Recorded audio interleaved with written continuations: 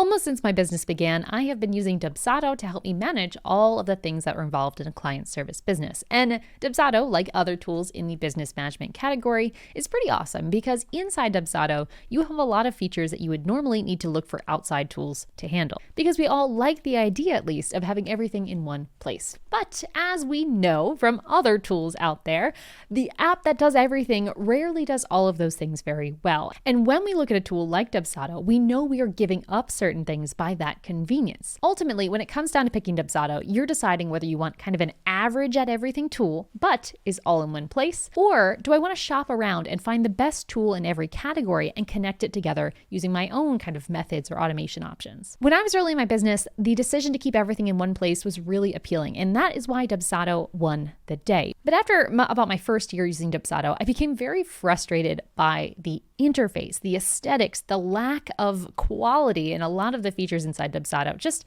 made me realize that I can do better and I should do better. I spent years looking for all-in-one alternatives to Dubsado, and every all-in-one I tested, Plutio, Honeybook, 17 Hats, all of the ones, none of them were significantly better than Dubsado. And honestly, none of them really solved a lot of the fundamental problems around customization that I was looking to solve. So rather than just switching from Dubsado to Honeybook or Dubsado to 17 Hats, I am not switching from one all-in-one jack of all trades, master of none to another jack of all trades, master in none. I'm switching my overall strategy from picking one tool to manage everything to instead picking a suite of tools, each one best at what they do, and connecting them together using some kind of glue through the internet. Now, what exactly do I mean by glue?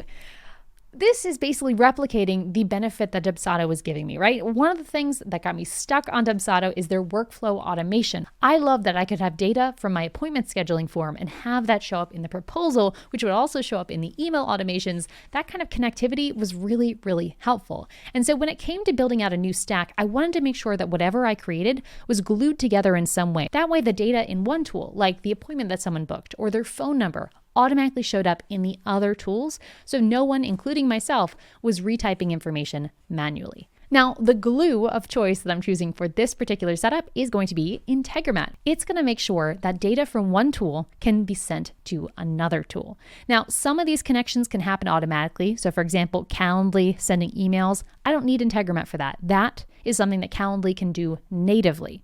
But certain things like Calendly creating a task in ClickUp, well, Calendly can't do that. However, when I use Intregromat as kind of the glue here, Intregromat can watch Calendly appointments, and when an appointment is scheduled, it can create a task in ClickUp. It's basically managing the whole process and acting as my workflow automation tool rather than using Dubsado's workflow automation features. Now, I know at the onset this is going to look quite confusing. It is indeed adding more tools into the mix, which I know many people just don't want to do.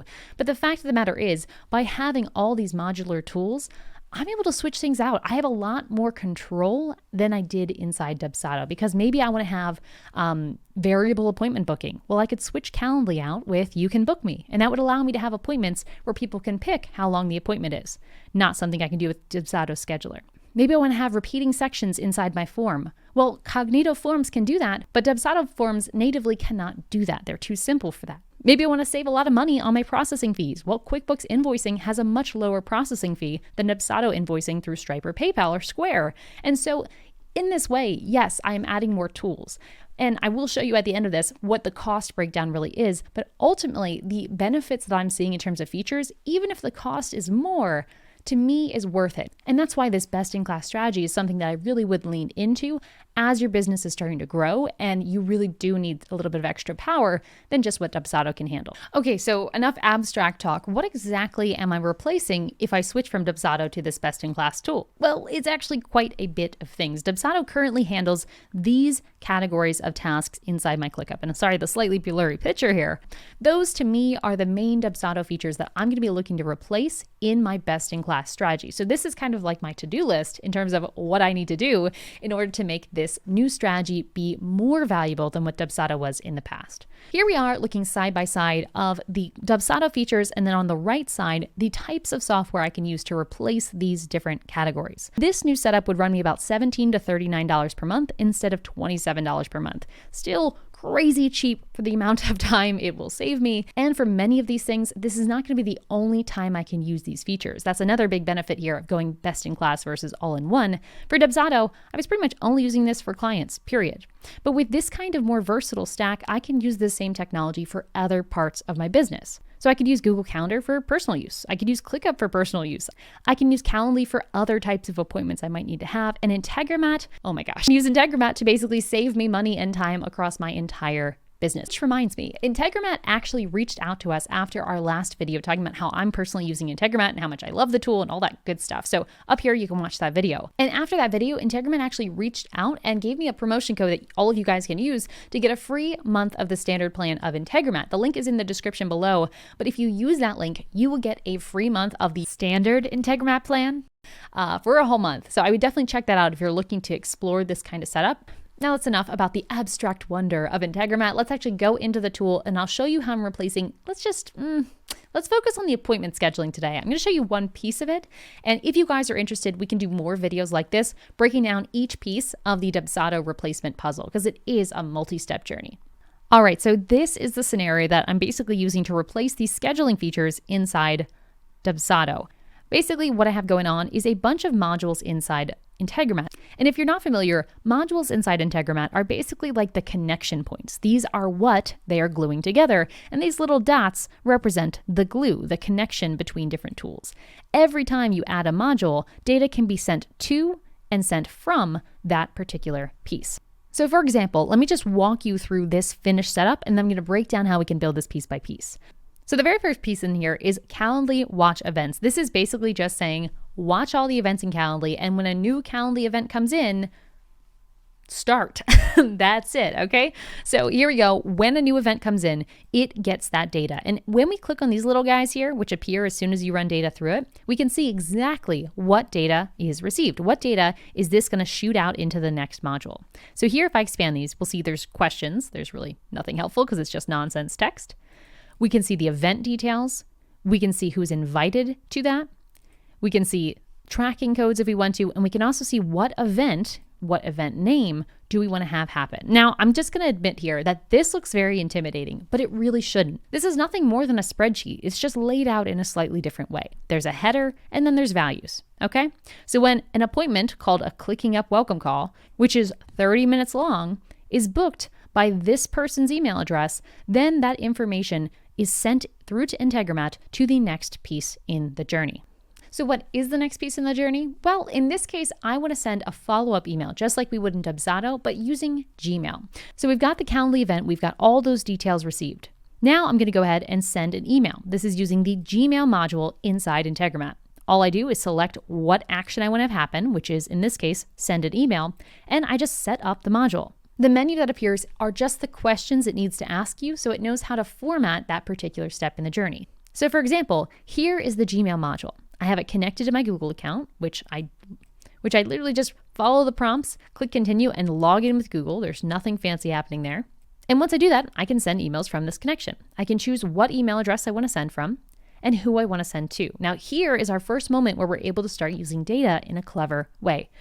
Remember, I said that Integromat is the glue in this scenario, and this is a perfect example of how that glue really works. So inside here, rather than having to type in a manual email address, instead, I can actually choose data from the step before. That's why it's this weird blue color. So as I go in here, I can add recipient, and I can choose any of the data that came in the first step. Okay, so in this case, I want to send it to the email address of the person who emailed me. And that's what's already here, so I'm just going to leave it as so.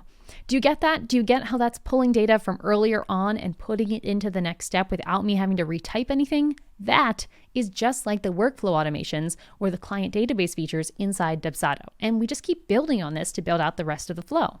So here we are. We're also going to send a confirmation email. I wrote the word confirmation, which is just me typing in here. And then in the subject line, I'm going to do the name of the event. So in this case, clicking up welcome call. So if I get rid of this, I can click on name, and that's going to replace when I actually send the email with clicking up welcome call.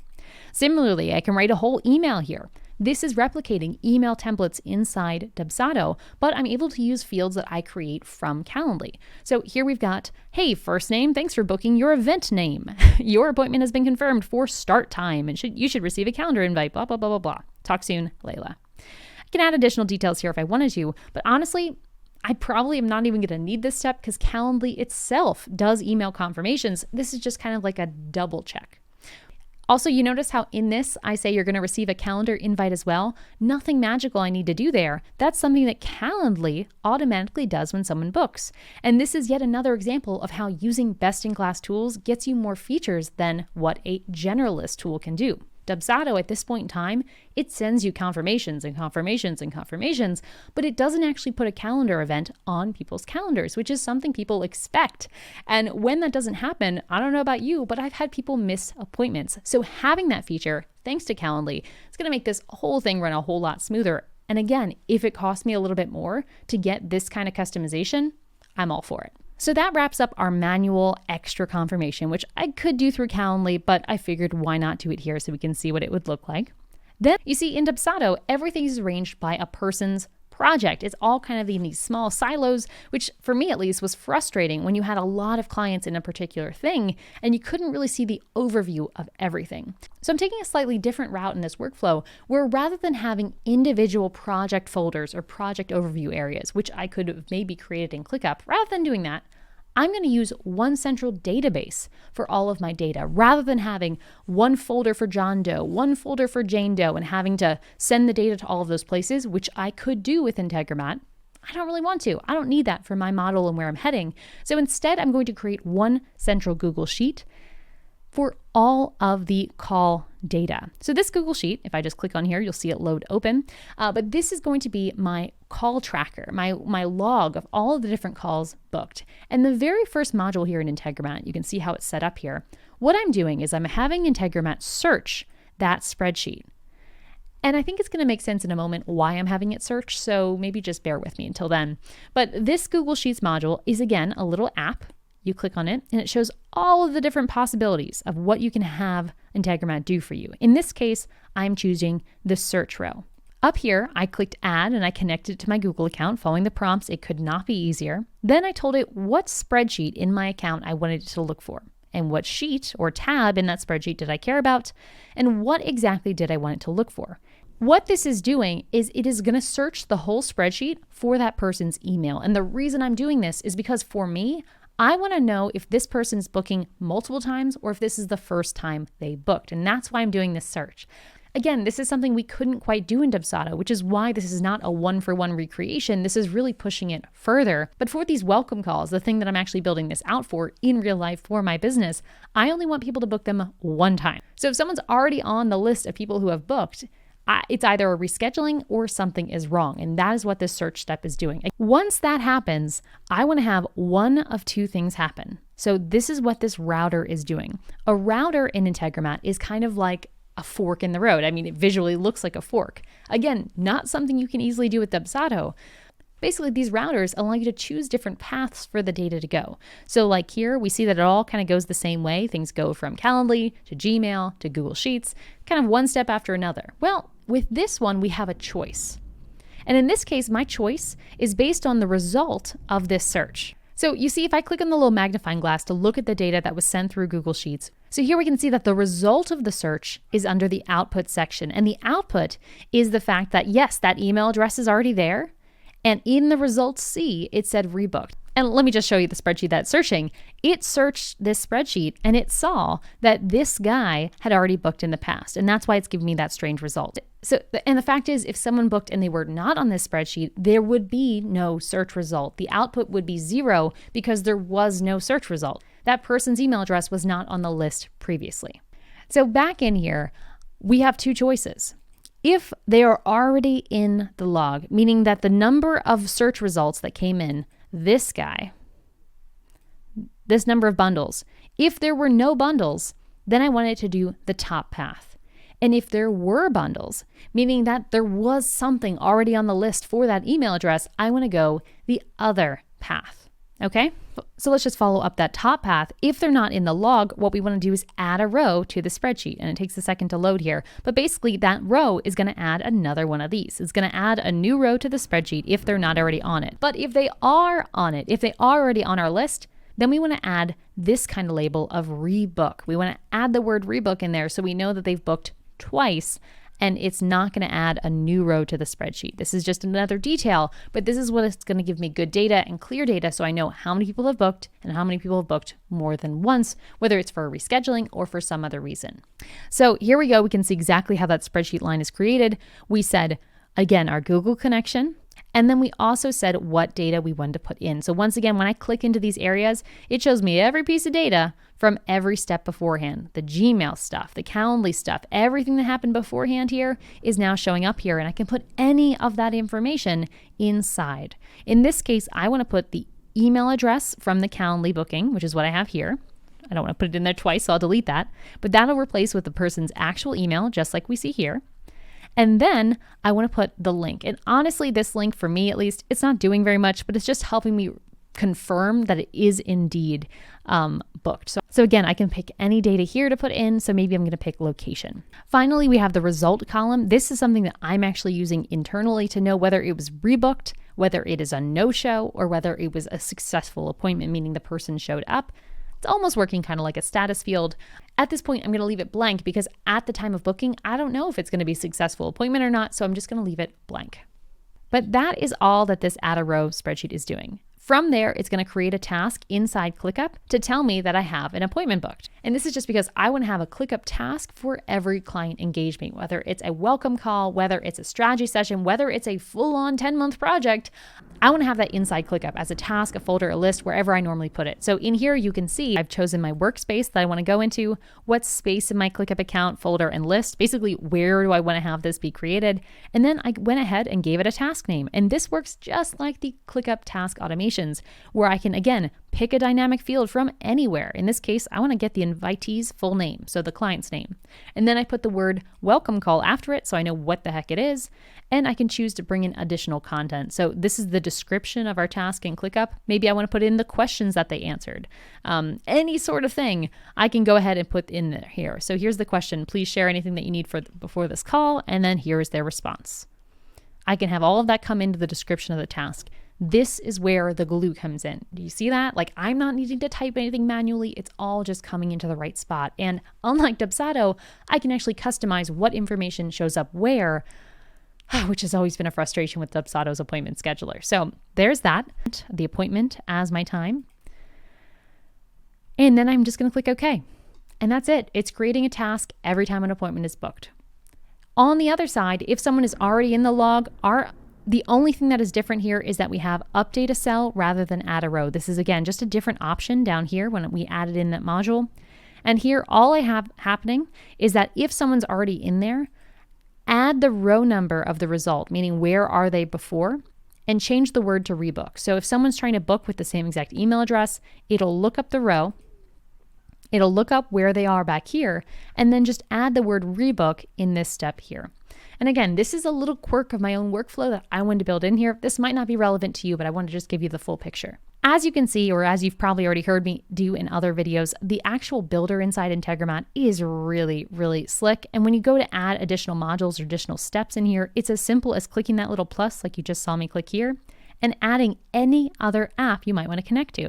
So for example, maybe after all this is done, I also want to connect to QuickBooks and I want to create an invoice. Or maybe I want to also connect to Airtable and create a new row in my spreadsheet. I can do any sort of connections here, kicking off from this initial moment of an appointment being booked. This is just one piece of an otherwise quite exciting puzzle. So I'm just going to go ahead and test this out. We're going to pretend that we are trying to book for the second time. So I'm going to pretend I'm this person, the test2 fake email address. I'm going to pick an appointment time, confirm. I'm going to put in John Doe, email address, test2. I'm trying to book twice. And schedule the event. Over here in Integromat, if we run this here, we should be able to process existing data, and it's going to watch the data that comes in and see what happens. That's pretty cool, isn't it? I love that animation. So if I click onto these magnifying glasses, we're going to see the data we just submitted. So here we go. If I click onto bundle 1, which is the output, the stuff that happened when an event was booked in Calendly, we see here's when it happened, here's what happened, and here's who it was. We've got John Doe, time zone, all the questions that we had in our Calendly form all show up here. Then we have the email being sent to John Doe with the example information. And if we pop back in here, we should see it searched the Google Sheet. Did it? It looks like this is what went in. And what came out is that, yes, in row 33, this email address is already there. Okay, well, that should tell us something. This itself is just searching, and it should have decided which path it went into. So if it was not in the log already, meaning there was no search result here, it should have created a new row. But since it was already in the log, it followed this path instead, and it should have just updated the cells. So, moment of truth, people. Let's go look at the spreadsheet and see if it did the right thing. Haha, yes. Okay, awesome. So it did indeed add the word rebook on there to let me know that this person had rebooked a second time. And if we go back to Integromat, we can see that same thing here if we click on the magnifying glass. We can see that, yes, the total number was not 0, so it continued in the log.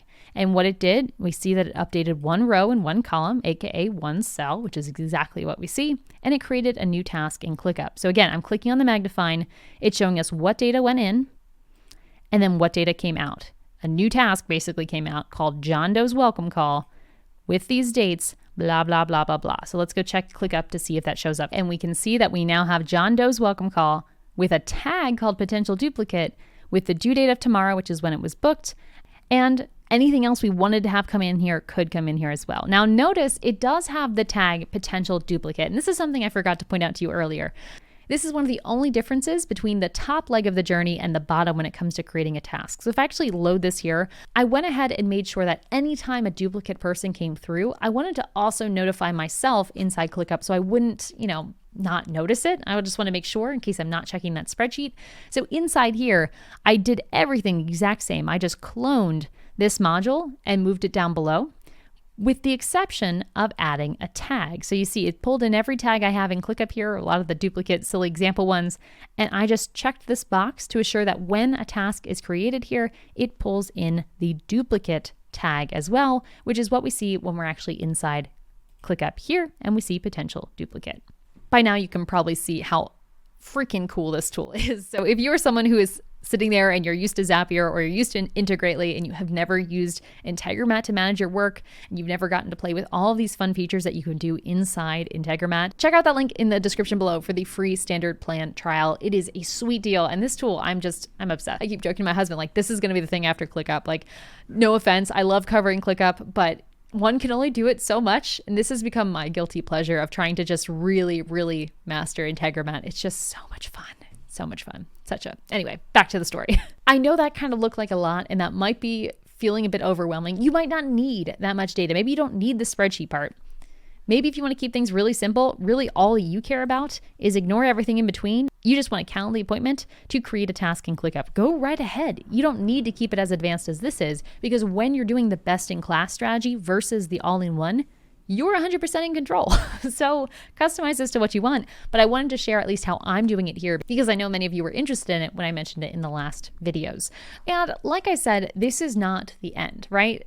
Appointment scheduling is not the only thing that Dubsado does. It's not the only thing that I need to recreate when I'm switching away from Dubsado workflows into a best-in-class strategy. So just to revisit this visual here, yes, I've knocked out appointment scheduling. That's one feature of Dubsado gone. And if you're, really being generous, we could also say we knocked out forms, email templates, and workflows, and client database, right? We touched on a lot of things here, but this is by no means a complete replication of Dubsado yet. But hopefully I gave you some ideas here of how you could recreate every feature. In fact, that's what I'm going to be doing over the coming months here as we switch everything over from Dubsado into Integromat and a suite of tools.